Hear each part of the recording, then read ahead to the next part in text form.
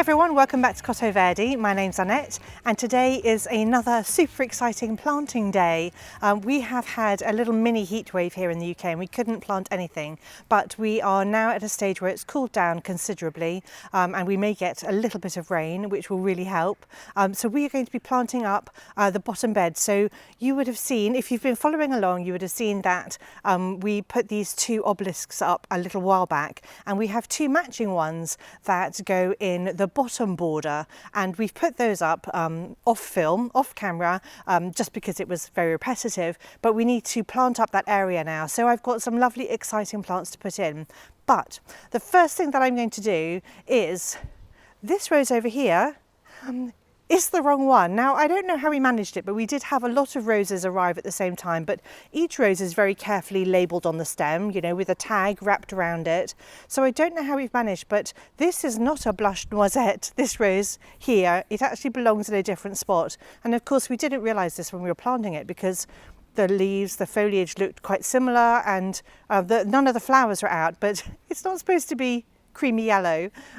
It's supposed to be a very pale pink colour. Blush noisette is just completely different, so we need to dig this one out. Fortunately, I now have another blush noisette that can go in that spot, so we're going to replace this one first, and then I'm going to take you down to the bottom border and show you everything that we're planting today. I hope that it's really exciting and interesting, and maybe it's some inspirational for your garden yourselves. So this is the blush noisette on this particular obelisk here, and then across the way it needs quite a bit of deadheading, but you can see that this one's completely different colour. It's not pink at all.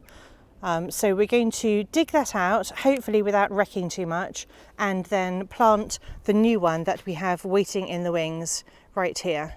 And when I say we, I obviously mean Richard. So right in front of this rose that's got to come out, there's a spirea here. So I'm really hoping that we don't damage that. The rose is planted inside the obelisk because I decided to do that. So I'm hoping that it's quite separate. Obviously, we've got a lovely Scabiosa fama white there, and a lot of my dahlias around. So I'm really hoping we can protect everything. But the border is starting to really fill in and look wonderful. This is a lovely Nicotiana here, and this is Asperula that I grew from seed.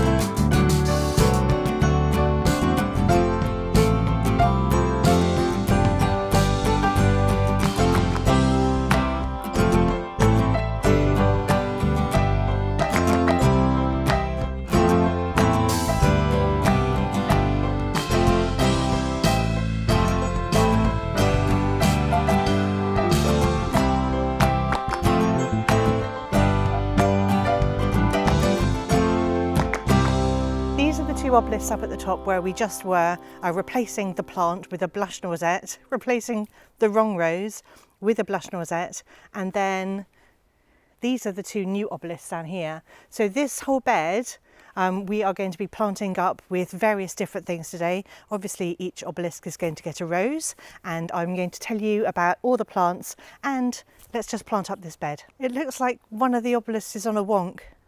We're going to have to make sure they're both straight. They should be completely in line. Anyway, so the roses that I've chosen for these obelisks are called the Simple Life, and they are single, very open, and more on the warmer shade of pink than blush noisette. And I think they'll go really well in this border where I do tend to have a lot more of those tones.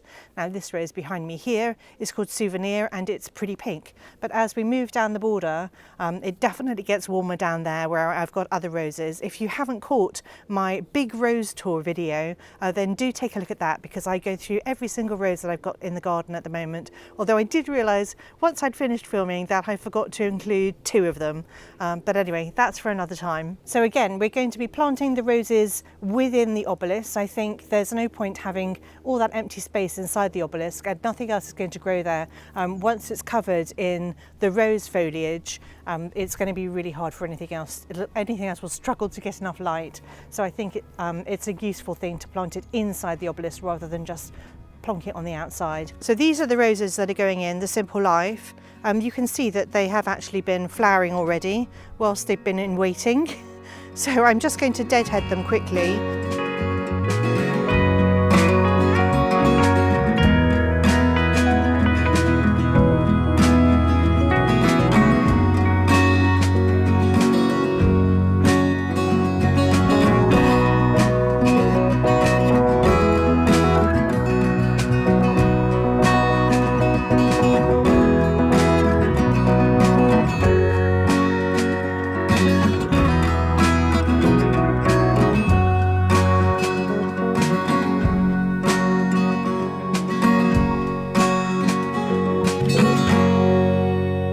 This one has still got some buds on it. Hopefully we'll get some flowers whilst it's actually in place. Now obviously if we're planting roses in June, they really do need an extremely good soak.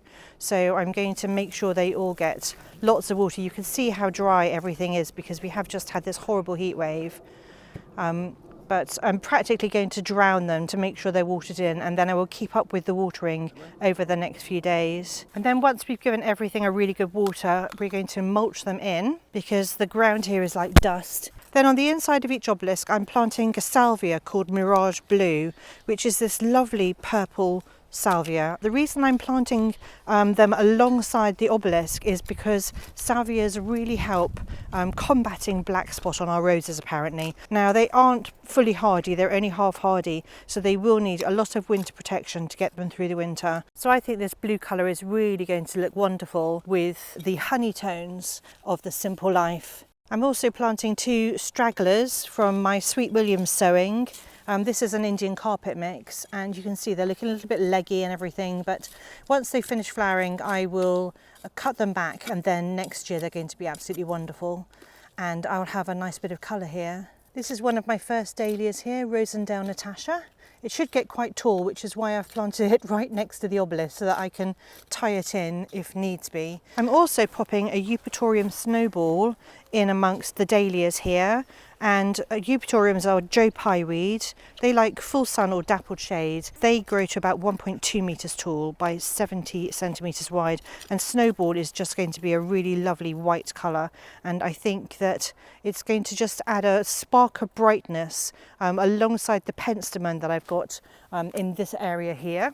Over here Richard's planting an echinacea called Cherry Fluff. I'm putting 3 of them in, and hopefully that's going to add like a really nice splash of more pink. As you can see, I've got quite a lot of pink. We've got some lovely Nicotiana here, or Nicotiana, called Crimson Bedder, and it really does bring so much colour to the border in the summer. I think it'll tie in really nicely with my rose souvenir. Look at that Achillea. That's Achillea the Pearl. It's looking so good. I'm also popping into this space some white Centranthus. It is just starting to flower now. So I'm planting 3 of these. So Centranthus normally comes in like a reddy pink colour, but I think I really wanted the white one for this spot here. As you walk along here, I've got some more Centranthus that I'm going to be popping into that spot there. This is a lovely white foxglove that we've had here. Right at the front here, we're planting an Echinacea Minibelle. This one only grows to 50 centimetres tall, so I've plopped it at the front of the border next to a Peaches Dahlia and a Linda's Baby Dahlia, and I think it's just going to look really pretty. Over here with these 2 gorgeous roses, this one on this side is Rosemary Harkness and this is Susan Daniel, and they're just this beautiful apricot-y colour, and I love them in the sort of late afternoon light here. So at the base of each one I've got 3 salvias, and the salvia that I've chosen is called Salvito Violet. So I think Salvito Violet is going to look stunning at the base of these. So again, I'm planting salvias at the base of my roses in the hope that it's going to combat or help to prevent black spot. Salvito violet is going to grow to about 40 centimetres tall, so it's not going to shroud the roses in any way, shape or form. And then this plant here in between the two roses, and I've got another one over here, that one there, this is a Baptisia, and I've chosen vanilla cream or vanilla creme to go in this spot. I think it's going to look stunning with my violet salvias and my peachy apricot roses. The other thing we're popping down in the corner here, this little pot here, or big pot, is Thalictrum delaveyi, and I do have another Thalictrum just over here. It's flowered already, and I just wanted to, I suppose, create a rhythm by repeating the plant, and we've got a little space there. I think it'll do quite well. It's also just really nice to add a little bit of height to the border, and I think the colours are going to look gorgeous with my roses.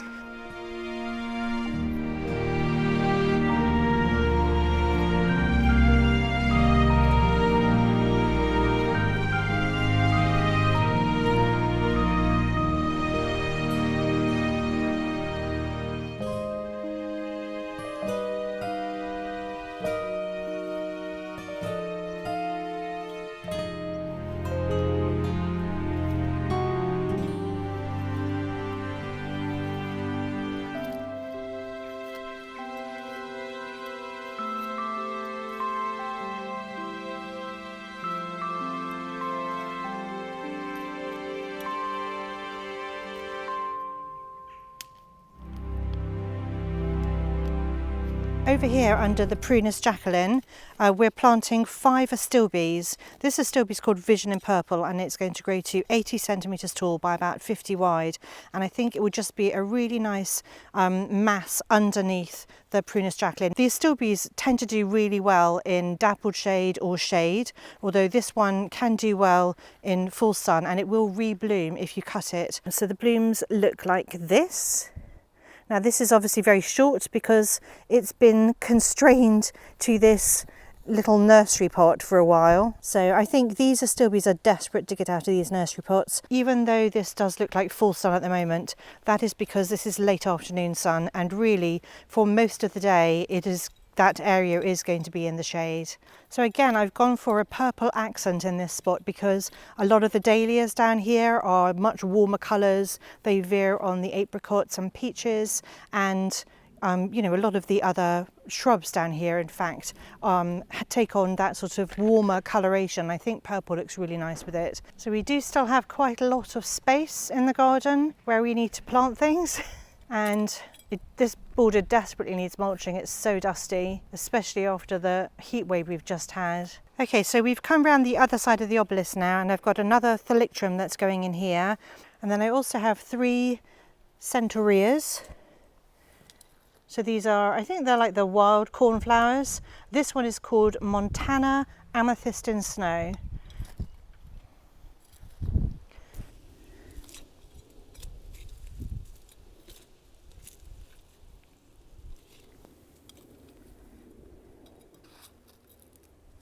The other thing that we're going to do quickly today is I have finally got a support for my honeysuckle, my Kinsley's Ghost honeysuckle, and that's this plant that's lying all over the floor here. And so we're going to put that up today, and hopefully we'll be able to dangle this gorgeous honeysuckle over it, and it will make a nice bush. I'm really hoping it doesn't detract too much from the obelisk, because I don't want that.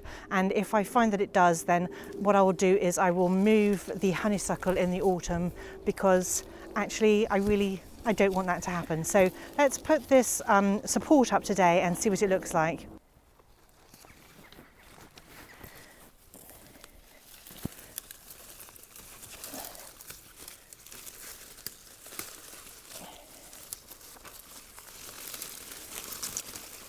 Oh, hang on.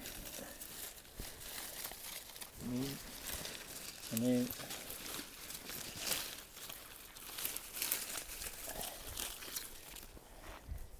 this would be in this. Might as well come in as well. So, maybe not. Yeah, are we all in? Yeah. It doesn't feel right. Where's the middle of the plant? Here. Okay. Ooh. Oh, it's so hard, it's not going down. You have to water it in. Yeah, I don't want to force it because I might break it. Let me see what it looks like. I'm really hoping that because it's black, we're not really going to see it. And don't forget that there is going to be a tree here if the redbud decides to live or if we replace it. So actually, there will be something on either side of the obelisks, no matter what.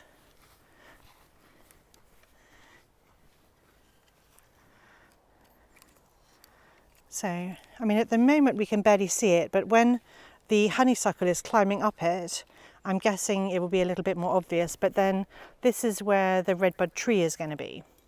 And I don't want it to be completely bare with just obelisks sticking up, so I think we've got the Elaeagnus over there too. I'm quite happy with that, that's far enough away. I'm super excited about everything we've planted. Can we see that? We can't barely see the support because I chose a black colour because I don't want to make it a feature. I just want it, I want to give the honeysuckle something to lean on because it's kind of sprawling all over the ground.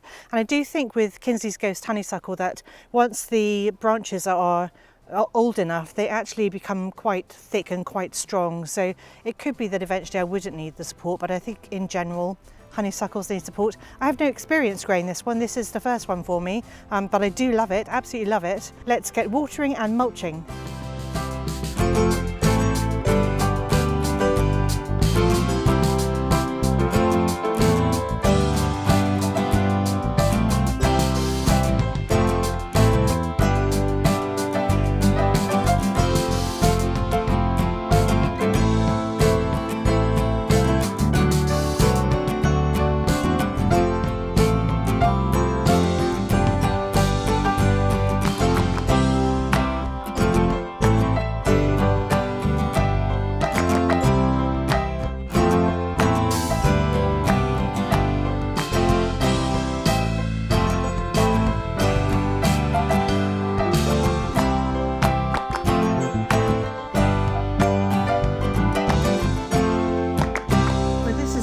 That we planted this year, and it's called Aloha, this rose, and this is my first flower. Isn't she pretty?